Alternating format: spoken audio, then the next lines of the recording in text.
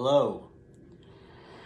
Welcome back to All Things Recovery, where we talk about everything relating to and pertaining to our recovery. We talk about just how to deal with life on life's terms, daily struggles, hurts, habits, and hang-ups, coping, communication, people-pleasing, codependency. We talk about anger. We're going to talk about today, the topic that I thought we would freestyle about is guilt.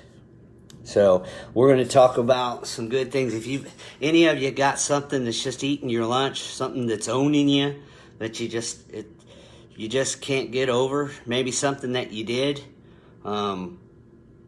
If you've changed, maybe you can't let go of how you used to live. Hello, Jana, Jennifer, Jerry, Molly, Deborah, Melody, Janet, Justin. What's up, man? Good to see you in here. All things recovery. And today we're going to dive into guilt. Let me know. I want to challenge you guys. First of all, I want to challenge you guys to smash that button right below this video, because somebody might need to hear this message. Smash it. Smash, smash, smash, smash, smash. Let's see how many people we could spread recovery to. And I want to challenge you, everybody in here. If there's something that's owning you, perhaps you could use this comment section like an altar. You could leave it. Let me know in the comments. This is a safe place. It's a safe place for you to connect and be transparent. Maybe for the first time ever. Maybe there's something you just can't let go of that you're holding on to. Something from your past. I want to challenge you to drop it in the comments, whether you're watching now live or you're watching later on today. All Things Recovery, Tuesdays and Thursdays, 10 a.m. I want you to be able to count on this for a place to come to where when you're hungry for a little bit of recovery, when you need a little shot of recovery on Tuesdays and Thursdays. Today we're talking about guilt. Now we go into my story. If you don't know my story, there's a lot to my struggles with addiction. When it comes to guilt, like when I got into recovery, I truly believed that I hated myself. I did. I owned it. I hated myself. I was homicidal. I was suicidal. I was the type, when I brushed my teeth, I brushed it with my head down because I couldn't look at myself in the mirror. I couldn't face that person looking back at me. I was uncomfortable with what I had become. I truly believed that I hated myself. Now, the reason I'm talking about this is because later when I started to do some work, when I started to take some steps, when I started to get some healing, when I started to get some wraparound care and dive into the psychological issues and the underlying core issues behind my addiction and stuff, I realized that I never hated my authentic self. Me, who I am at my core. Before the drugs and the horrible things that I did for the drugs, before the shame and the guilt and the trauma, before all of that stuff, I hated what I hated, and maybe this is your truth, and I'm hoping that maybe somebody's set free from this message today. What I hated was my actions. I had been doing bad things for a very, very, very long time.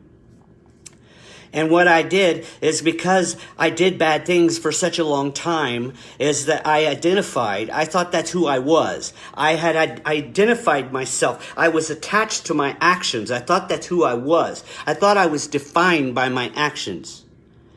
And the truth nugget that I want to give to everybody today is that we are not defined by our actions. Hold up. Let's back it up. People will judge you by your actions, and rightly so. We are judged by our actions, but we are not defined by our actions.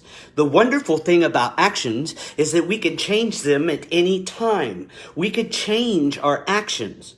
And if we consistently go from doing bad things to doing good things, and we're consistent and persistent about it for a long period of time, that is how we change our self-esteem and our self-image. You want to change your self-esteem? Start doing things that make you feel good about yourself. Start serving other people. Start doing random acts of kindness. That's stuff that feeds your spirit. When you lay down at night, you feel good about yourself. Now, bad actions. I defined myself by the horrible things that I did. And I've learned something through my life experience. And hold on. I want you guys to really hold on to this stuff. Good people do bad things. What? I'm going to say it again. Good people do bad things. Especially when when people become chemically dependent on drugs and alcohol. That selfish character defect that we all have, them drugs and that alcohol activate, enhance, and empower our selfish genetics. It grows to where our self-centered monsters, so it swallows us whole. That's all we are. It's selfish. We have this monster that we need to feed.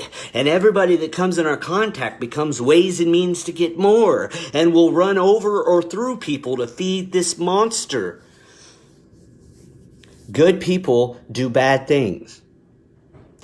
I'll even take it to another level. I truly believe no matter how good, how spiritual, how whole a person is, if we locked them in a closet back here and put drugs and alcohol in their system consistently over 3 weeks to a month, every day, feeding them drugs and alcohol, when they came out of that closet, they wouldn't be that spiritually holistic person anymore. They wouldn't be that good. They wouldn't be the saint anymore.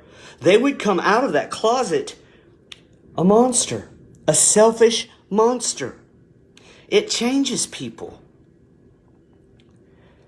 But the wonderful thing is, the hope is that we can change our actions at any given time. And what we're talking about in this video is maybe you've changed. Maybe you've changed the direction of your entire life. But you're still holding on to some of the things that you did, to some of the people that you've hurt. The thing about forgiveness, and I'm big on forgiveness now. I'm big on forgiveness, but the thing about forgiveness is the very first person that I had to forgive was me. I had to forgive myself. It also empowered me and made it easier for me to forgive others because I needed forgiveness so badly. All the bad things that I'd done in my life has made it incredibly easy for me to forgive others. I know what it's like. I could forgive the jerk. I could forgive the selfish. I could forgive the abusive. I could forgive the neglectful. I get it because I used to be that way. It's just like grace. I desperately need grace. So I better be willing to give it to others. And for some of the things that I've done in my life, for some of the wrongs that I have committed, there is no way to make amends other than a living amends. Why do you think I live my life the way I do? When I went over all of the things that I had done and became willing to make amends to the people that I had harmed, my sponsor sat beside me and we went over that list, each and every one of the people that I'd harmed. And there was a lot of people on that list. And the majority of the people on that list, my sponsor decided that the best amends for me to make is a living amends. And even the majority of the people that I approached to make a personal, intimate amends, you know what they said to me?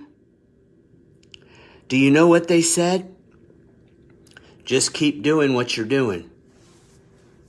Just keep doing what you're doing.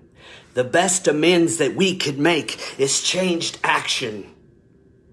We have a saying at the Truman House and in my circles of recovery. We say, don't be sorry, be different.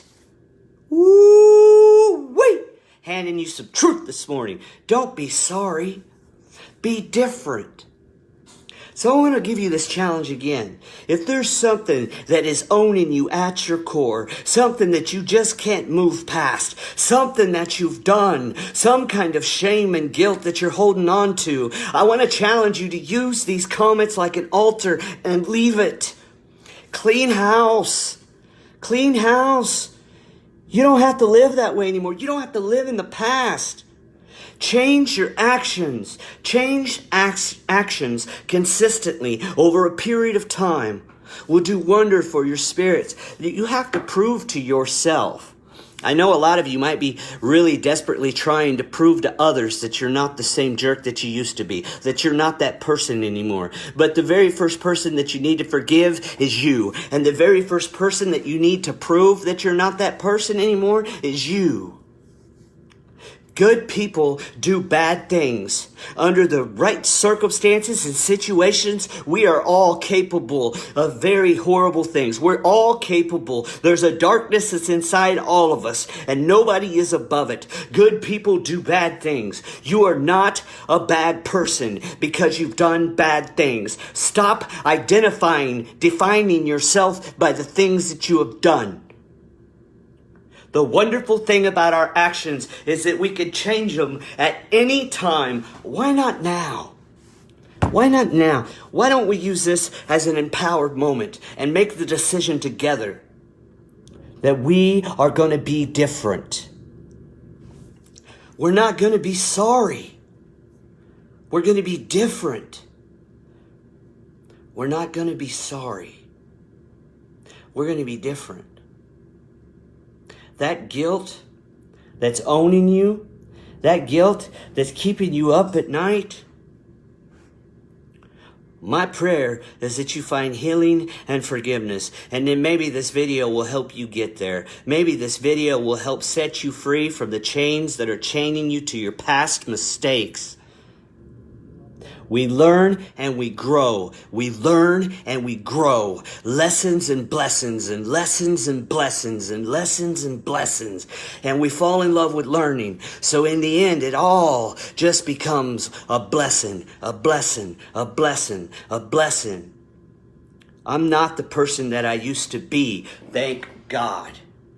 Thank God I'm not that man. I've done a lot of wrongs in my life, and I became willing to make amends. I am not sorry. I am different. I am not that person anymore. And if you don't believe in change, then you don't believe in me. If you don't believe in change, you don't believe in me. And maybe there's somebody watching this video that just don't believe it's possible for them. They think they are hopeless. They don't think that they'll ever change. And that's just not the truth, because there is not a human being on this planet that is hopeless. Right up until the moment that you draw your last breath, you could change and you could make a difference. If this video has empowered you, if this video has added value to your life, to your recovery, or to your day, let me know in the comments. Because that's fuel. This page only exists because of you guys. It's not a me thing, it's a we thing, and it's a G thing. We was just talking about guilt today, guilt and shame. I challenge you, if you're one of those people that's got that stuff that's owning you, that you just can't move past, the first action step that I challenge you to do is write it down. Journal about it. Write it down and journal about it in detail, in depth. Write it down. It owns us in here. When we get it out of our heads, it loses power. Put it on paper. Put pen to paper and journal about it. Write about it in depth. And then find somebody you trust. Hopefully a sponsor or a mentor. Somebody that you trust, and talk about it in depth. I promise you, if you follow them 2 steps, and then you stop being sorry and start to be different, you will find freedom. You will find grace. You will find forgiveness for yourself. I want everybody in here to receive, to feel the presence of God, to feel grace, to feel forgiveness, and to be rocking their recovery. That's why we do these lives. Tuesdays and Thursdays at 10 a.m. live from Evolve Indy. Everybody in here, hashtag Evolve Indy. I want to see hashtag Evolve Indy scrolling, and I want to see hashtag forgiveness. Hashtag forgiveness, or hashtag forgive self. Because that's what this video was all about. I love you guys, and I look forward to seeing you on Thursday at 10 a.m. live from Evolve Indy. All things recovery.